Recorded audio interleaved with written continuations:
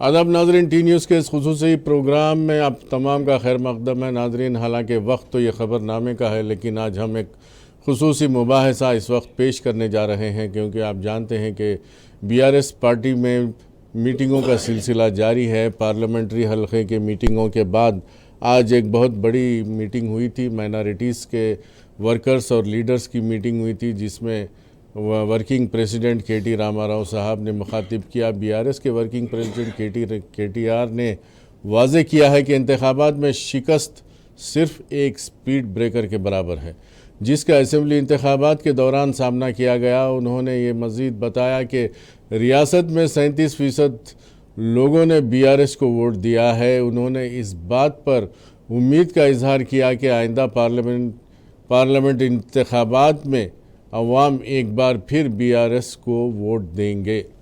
आइए नाज़रीन, इस सिलसिले में बात करते हैं। हमारे साथ अक़लियती क़ायदीन निज़ामाबाद से मौजूद हैं, जो आज इस मीटिंग में शिरकत करने के लिए आज हैदराबाद आए हुए थे, और हमने मीटिंग के अख्ताम के बाद उनसे गुजारिश की। वो लोग आज हमारे साथ इस स्टूडियो में मौजूद हैं। आली जनाब मोहतरम एस.ए. अलीम साहब, जो रेडको के चेयरमैन रह चुके हैं, अभी एक्स चेयरमैन है निज़ामाबाद से, जिनका ताल्लुक़ है निज़ामाबाद से ही है। आली जनाब नवीद इकबाल साहब, जो सदर हैं अक़लियती सेल के निज़ामाबाद डिस्ट्रिक्ट के, और तीसरे हैं एम.ए. खुद्दूस साहब, जो निज़ामाबाद के सीनियर कारपोरेटर है। इन लोगों ने आज की मीटिंग में शिरकत की। आइए सबसे पहले मैं नवीद इकबाल साहब से जानना चाहूँगा कि आज की मीटिंग कैसी रही और इसका कितना असर आने वाले इंतखाबात पर पड़ सकता है। नवीद साहब। टी न्यूज़ के नाज़रीन को सबसे पहले मैं आदाब अर्ज़ करता हूँ और क़य्यूम अनवर साहब का भी शुक्रिया अदा करता हूँ कि आज के इस खुसूसी प्रोग्राम में हमको मदऊ करके बीआरएस पार्टी के वर्कर्स की मीटिंग का मैसेज आम लोगों तक पहुँचाने में हम जरिया बने। तो आज की मीटिंग में तमाम तेलंगाना की गोशे गोशे से ताल्लुक़ रखने वाले टीआरएस पार्टी के तमाम लीडरों ने शिरकत की। ये मीटिंग काफ़ी हौसला अफजाई रही, इसलिए कि हर कॉन्स्टिट्यूंसी का जो है डिटेल जो है डिस्कशन किया गया इसमें, और इसमें इस तौर पे वाज़े तौर पे ये साबित हो चुका है कि तेलंगाना की 50% आबादी मुसलमानों की रंगारेड्डी और हैदराबाद में रहती है। वहाँ पर टीआरएस के उम्मीदवारों को मुसलमानों ने भरपूर वोट देकर कामयाब किया है, और इसके मुकाबले जो कांग्रेस पार्टी जो मुसलमानों के वोट भरने के दावे कर रही है, उनको अज़हरुद्दीन से लेके और जो है शब्बीर अली साहब को शिकस्त का सामना करना पड़ा।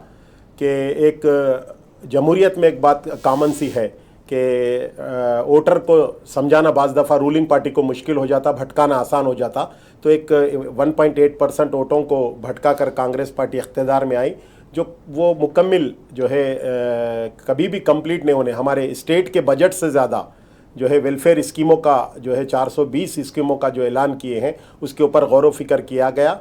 और हम बहुत कॉन्फिडेंट है पार्लियामेंट इलेक्शन में कि हम सिंगल जाएंगे। के.टी.आर. साहब ने ये वाजे कर दिया है कि हम सिंगल जाएंगे, और मुसलमान असम्बली के बनिस्बत पार्लियामेंट में हमको पुरजोश अंदाज में और हम पर भरपूर एतमाद करते हुए जो है वोट देंगे। अलीम साहब, आप तो चेयरमैन भी रह चुके हैं रेडको के एक अरसे तक, और पिछली मरतबा आपके पास जो है मैडम कविता मैडम एमपी थी, फिर बोधन से शकील साहब थे, लेकिन इस बार जो है शकील साहब की शिकस्त हुई। फिर हमारे निज़ामाबाद के एमएलए साहब का भी जो है उनका रिज़ल्ट अच्छा नहीं रहा। क्या समझते हैं आप, क्या वजह हो सकती है, और किन चीज़ों पर आप लोगों ने निशानदेही की मीटिंग में, और किन चीज़ों को आप फेस करते हुए आने वाले इंतखाबात में जीत हासिल कर सकते हैं? निज़ामाबाद के अंदर जो गणेश गुप्ता साहब की हार हुई, एक कामारेड्डी से मोहम्मद अली शब्बीर साहब को लाकर निज़ामाबाद के अंदर कॉन्टेस्ट कराया गया, और ये प्रोपेगेंडा उठाया गया कि जो है सो शब्बीर अली साहब जीतते ही डिप्टी सीएम बनने वाले हैं, और जो है सो उनको मिनिस्ट्री मिलने वाली है। तो इसका थोड़ा मुसलमानों पर इफ़ेक्ट पड़ा। और रहा बोधन का सवाल, बोधन के अंदर शकील आमिर साहब बहुत कम मार्जिन से हारे, 2 से 3 हज़ार वोट के अंदर से हारे, और वहाँ पर बीजेपी जो पहले जो 8,000 वोट ली थी, अभी वहाँ पे 30,000 वोट ली वहाँ पे बीजेपी। और यहाँ पे भी क्या हुआ, शब्बीर अली साहब आने की वजह से जो प्रोपेगेंडा उठाया गया कामारेड्डी से शब्बीर अली साहब को निज़ामाबाद शिफ्ट किया गया, वहाँ रेवंत रेड्डी को लड़ाया गया, तो उसमें ज़रा ज़्यादा मुस्लिम वोट थोड़े शब्बीर अली साहब के पास डाइवर्ट होने की वजह से दिनेश गुप्ता साहब की हार हुई। जी, खुद्दूस साहब, आप तो कारपोरेटर हैं, अभी भी हैं वहाँ पे कारपोरेटर, और आप लोगों की अच्छी खासी मेजॉरिटी है, तो अब कैसा लग रहा है? अब मैं तो सुना हूँ कि वहाँ के लोग कुछ पछताने भी लगे हैं कि गलत हुआ हमारा फ़ैसला, और अब आने वाले दिनों में अब क्या निज़ामाबाद से बीआरएस का परचम फिर लहराएगा? बिल्कुल लहराएगा साहब। ये क्या है बोले तो या वोट्स जो सो खाली हिंदू मुस्लिम बोल के डिवाइड हो गए सो है और कुछ नहीं है। वो बीआरएस पार्टी की तायद में है, और जो लोग आज वहाँ पर मौजूद हैं निज़ामाबाद में वोटर्स, वो ये कह रहे हैं कि अगर हमसे बहुत बड़ी गलती हो गई, अगर बीआरएस को लाते तो आज ये हमारा हाल नहीं होता, और कांग्रेस पार्टी जो वादे करी थी वो वादे एक भी पूरा नहीं हुआ, और वो आगे करने की उम्मीद भी नहीं है उनसे। बहुत लोग परेशान हैं। तो अब कैसा, क्या करने वाले हैं अब? तो बीआरएस को जिताएंगे कैसा भी? बिल्कुल बीआरएस को जिताएंगे, और बीआरएस के फेवर में पब्लिक है अब, इसलिए कि कांग्रेस पे भरोसा ख़त्म हो गया। तो उनके जो गारंटियाँ थे वो गारंटी में से एक भी पूरी नहीं कर सके वो लोग, और आगे कोई करने की उम्मीद भी नहीं है उनसे। पब्लिक ये समझ रही है जी।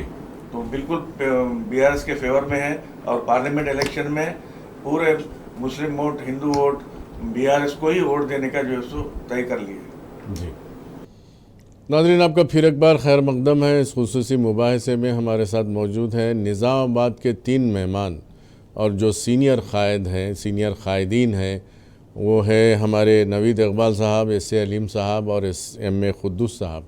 आप तीनों का ताल्लुक़ निज़ामाबाद से हैं। आज तेलंगाना भवन में सारे दिन भर एक जो मीटिंग चलती रही अक़लियतों की, और उसमें जो राय मशवरे उसमें लिए गए, तमाम कारकुनों से लिए गए, उनके राय हासिल की गई। KTR साहब भी मौजूद थे, और दीगर कायदीन भी, सीनियर कायदीन भी मौजूद थे। केशव राव साहब थे, महमूद अली साहब थे, मधुसूदन चारी साहब थे। तो ये बहुत बड़ा आज का दिन माना जाता है बीआरएस पार्टी का, और अक़लियतों के लिए बिलखुसूस।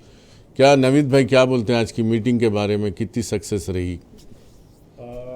आज की KTR साहब की सरपरस्ती में जो मीटिंग हुई, उसमें TRS पार्टी के अक़लियती कायदीन के लिए एक नया जोश का काम कर गई।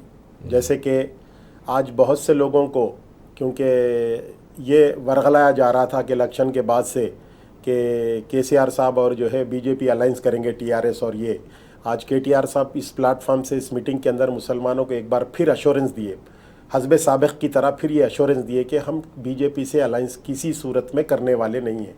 जैसा कि इलेक्शन में भी उन्होंने बार बार कई प्लेटफॉर्म से बता रहे थे। ये मैसेज आज एक बार डायरेक्ट भी चले गया। इस सिलसिले में खुल के गुफ्तगू भी हुई। हम जो है काफ़ी पुरुम्मीद है कि TRS पार्टी को एक स्पीड ब्रेकर की तरह ये इंतखाबात में 1.8% वोटों के कमी की वजह से इक़्तिदार से महरूमी होना पड़ा, लेकिन आने वाले वक्तों में हम काफ़ी पुरजोश है। हमें इलेक्शन में शिकस्त हुई होंगी, इसमें कोई दो राय नहीं है, लेकिन TRS पार्टी तेलंगाना का ओरिजिनल DNA है। TRS पार्टी तेलंगाना आवाम की हकीकी नुमाइंदा पार्टी है, इसमें कोई दो राय नहीं है। हम पुरजोश है और जो है बहुत कॉन्फिडेंट है कि ये मैसेज को लेकर जाएंगे। इंशाल्लाह इस मर्तबा लास्ट इलेक्शन की बनिस्बत हमारा परफॉर्मेंस बेहतर होगा, और पार्लियामेंट में हमारी पार्टी दोबारा जो है कई जगहों पर हमारे उम्मीदवारों को जिता कर लेकर आएगी। अच्छा अलीम भाई, आप तो बहुत सीनियर कायद हैं, तेलुगु देशम में भी थे आप, और TRS में भी आए, अब BRS में भी हैं, तो कभी आपने देखा कि कभी कोई कैबिनेट में मुसलमान मिनिस्टर ना हो? पहली बार देख रहा हूँ मैं आज ये कांग्रेस। फिर मुसलमान खामोश क्यों हैं? वो जो कौम के ठेकेदार थे, जो बड़े बड़े वादे कर रहे थे, बड़ी बड़ी सिफारिशां कर रहे थे कांग्रेस पार्टी को वोट डालने के लिए, जो बहुत सिफारिशात हो रहे थे, बड़े बड़े प्रेस नोट्स आ रहे थे, फिर वो लोग क्यों खामोश हैं? 2014 में जब TRS गवर्नमेंट आई, तो जब फर्स्ट टाइम महमूद अली साहब को डायरेक्ट उसमें मिनिस्ट्री में लिया गया जी, और उसके बाद 2018 में भी होम मिनिस्टर दिया गया, 2014 में डिप्टी CM दिया गया। लेकिन ये पहली कैबिनेट है जो रेवंत रेड्डी अपने आप को सेकुलर बोलते, लेकिन ये इसके अंदर डायरेक्ट मिनिस्ट्री के अंदर ले सकते थे वो, लेकिन ले नहीं दिए। इससे ऐसा महसूस हो रहा कि रेवंत रेड्डी जो जिसके बारे में पुकारा है कि वो अंदर से मिले हुए बीजेपी से, हो सकता है इसलिए मुसलमानों के अंदर कैबिनेट में नहीं लिए।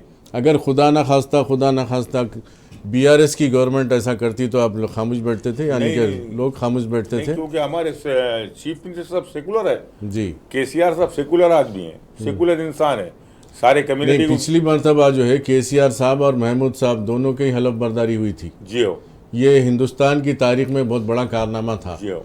लेकिन आज की हलफ बर्दारी, एक बार हलफ बर्दारी स्टेडियम में इनकी हुई, उसमें कोई मुसलमान नहीं है और अब तक फिर कुछ नहीं है। अभी भी क्या बोलते हैं कि एमएलसी होना चाहिए। एमएलसी मिनिस्टर बनने के लिए ज़रूरी नहीं है। कॉन्स्टिट्यूशन में खुद्दूस भाई आप जानते हैं ना, एक उसमें गुंजाइश है कॉन्स्टिट्यूशन में कि अगर आप हिंदुस्तानी शहरी हैं, अगर आप एमएलए या एमएलसी भी नहीं हैं तो आप मिनिस्टर बन सकते हैं, लेकिन आपको 6 महीने के अंदर एमएलए या एमएलसी बनना होगा। एक बार हरीश राव साहब बने थे, हमारे मंत्री बने थे, जब जी 6 महीने के अंदर उन्होंने सिद्दीपेट से इलेक्शन जीता था।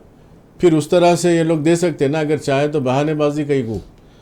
इससे पहले भी कांग्रेस गवर्नमेंट में हर मुसलमान, एक मुसलमान को पहले कैबिनेट में लिए थे साहब। ये पहली गवर्नमेंट है कांग्रेस की यहाँ पर जो मुसलमान को दूर रखी, और ऐसा महसूस हो रहा कि ये लोग जो है सो मुसलमानों को दूर ही रखेंगे जी, ऐसा महसूस हो रहा। तो फिर मुसलमान खामोश क्यों हैं? मुसलमान बिल्कुल एहतजाज करना चाहिए इसके लिए और हमारा हक मांगना चाहिए। जी, तो अलीम भाई, मैं निज़ामाबाद आया था, आपसे मिला था, नवीद भाई या खुद्दूस भाई आपसे ही मिला था, तो आप लोगों ने बताया था वहाँ भी इतना बड़ा लिस्ट आई थी कि फ़लाँ जमात ने फ़लाँ मुकाम की तायद की है, फ़लाँ कैंडिडेट की तायद की है, फिर वो जमात भी कुछ नहीं बोल रहे। नहीं, अब उसके बारे में ये आज ऐसा महसूस हो रहा कि मुसलमान को, कांग्रेस का मुसलमान तो पूरा खामोश बैठे हुआ है।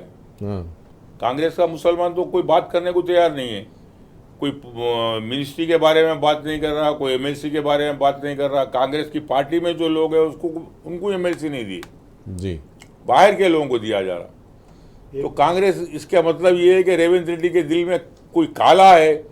जो लोग कह रहे हैं कि पब्लिक में, आवाम में ये बात आ गई है कि वो बीजेपी से मिले हुए हैं, तो उसका मतलब ये है कि बीजेपी से मिले हुए मुसलमान को दूर कर रहे हैं, उसका मतलब। तो फिर बीजेपी से मिले हुए हैं बीआरएस वाले भी बोल के क्यों प्रोपेगेंडा करते हैं? बीआरएस कभी बीजेपी से मिली हुई नहीं है। अगर बीजेपी से मिली हुई रहती, ये राहुल गांधी बोले बीजेपी बीआरएस एमआईएम एक है, हालांकि दाऊस में जाके लंदन के अंदर मिलते अकबरुद्दीन अवीसी साहब और रेवंत रेड्डी साहब, अडानी से मिलते के रेवंत रेड्डी साहब, लेकिन यहाँ हमारे केसीआर साहब कभी भी सेकुलर रहे और ना कभी बीजेपी से मिले। बीजेपी से मिलने वाले रेवंत रेड्डी आज साहब की हैं। मीटिंग में तो वाजे हो गया है कि कभी ऐसा होने का नहीं है, कोई वक्त नहीं आएगा, और साफ साफ केटीआर साहब ने बता दिया है कि कितने मुसलमानों ने अपने को सपोर्ट किया, मतलब बीआरएस को। जी हो। इसके अलावा भी क़य्यूम भाई, मजहबी तंजीमों का आज़ादी के वास्ते कांग्रेस पार्टी जितना इस्तेसाल करी, कोई और सियासी पार्टी इस्तेसाल नहीं करी। हमेशा कांग्रेस पार्टी जब अपने पैरों पे नहीं खड़े होती, उलमा इकराम के कंधे पे सवार होके मुसलमानों से मज़हब की दुहाई देकर हमेशा इलेक्शन में उलमा इकराम का इस्तेमाल करके इक़्तिदार पे आ जाती, उसके बाद उसकी पुरानी रविश वही है। हमने इनको 75 सालों से आजमाया, बार बार हम उलमा इकराम से, संजीदा उलमा इकराम कांग्रेस की अय्यारी को समझकर इलेक्शन में इनका साथ नहीं दे रहे हैं।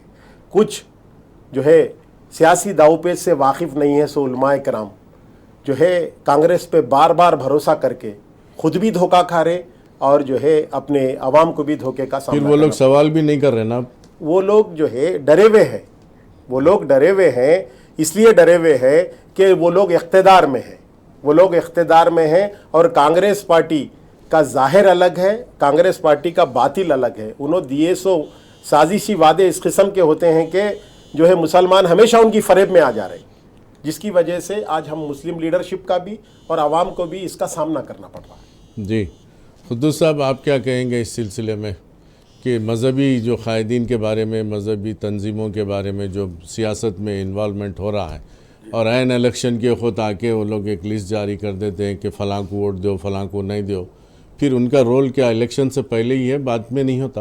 हाँ, सब कुछ तंजीमें ऐसे हैं साहब, हर इलेक्शन में दिखते हो आपको, बात के फिर 5 साल आपको नज़र नहीं आते, किसी की खिदमत नहीं करते। उन लोगों को सिर्फ पैसा होना चाहिए और पैसे के लिए ही बाज़ लोग जो है तंजीम में काम भी करे हैं और लाखों रुपए लेके कांग्रेस का साथ दिए सो भी ये लोग। जी अलीम भाई क्या बोलेंगे आप इस सिलसिले में? मैं ये बोलना चाह रहा हूँ कि जो तंजीमें, जो उलमाए मशाकिन जो भी काम किए, वो लोग जो है सो कांग्रेस की तायद करे। जब कांग्रेस के अंदर मिनिस्टर नए मुसलमान को नहीं दिया गया तो वो लोगों का फरीजा बनता, उनकी जिम्मेदारी बनती कि उसका एहतजाज करना चाहिए। बेशक सारे उलमाए दीन जितने तेलंगाना के अंदर जो सपोर्ट करे, पूरे के पूरे मिनिस्ट्री के अंदर नहीं लिए, पहली बार में नहीं लिए। ऐसा पहली बार हो रहा कि तेलंगाना के अंदर ये बगैर मुसलमान की मिनिस्ट्री फॉर्म किया गया। जी तो इसके अंदर हमारी सबसे ज़्यादा हमारे मुस्लिम कायदीन की, उलमाओं की जो भी पेशकश की, उसके अंदर जो भी आज जो मुसलमानों को नुकसान हो रहा है उसके बाद उन्होंने आवाज़ उठाना चाहिए, सारे लोग आवाज़ उठाना चाहिए। हम टीआरएस में रह के भी बोल रहे हैं बात कि क्यों नहीं लिया मिनिस्ट्री बोल के। बेशक। तो नाजरीन आपने सुना और देखा कि मुसलमानों की नुमाइंदगी जो नहीं हो रही है हुकूमत में, उससे कितना फ़र्क पड़ता है। ये तो अभी शुरुआत है, 50 दिन हुए हैं हुकूमत बनकर, और वक्त आएगा बताएगा और क्या क्या आगे आगे होने वाला है। और जब दूसरे रियासतों के साथ कंपेयर किया जाता है, जैसा कि गोवा है, उत्तर प्रदेश है, इन रियासतों में बीजेपी की गवर्नमेंट है, वहाँ पर तो आप उम्मीद भी नहीं कर सकते मुसलमानों की नुमाइंदगी या मुसलमानों की मिनिस्ट्री के बारे में। लेकिन तेलंगाना गंगा जमनी तहज़ीब का गहवारा माना जाता है, जहाँ पर निज़ाम और कुली कुतुब शाह ने हुकूमत की है, चंद्रशेखर राव साहब ने तेलंगाना हासिल किया और एक नई मिसाल कायम की गंगा जमनी तहज़ीब की, वो ख़त्म हो गया। अब यहाँ पर भी वन वे पॉलिटिक्स शुरू हो चुकी है। तो देखते हैं आगे आगे और होता है क्या। आपकी तरफ से, टी न्यूज़ की तरफ से मैं इन 3 मेहमानों का शुक्रिया अदा करता हूँ। मिलते हैं अगले प्रोग्राम में। दीजिए इजाज़त क़य्यूम अनवर को। देखते रहिए टी न्यूज़, तेलंगाना के दिल की धड़कन। खुदा हाफिज़।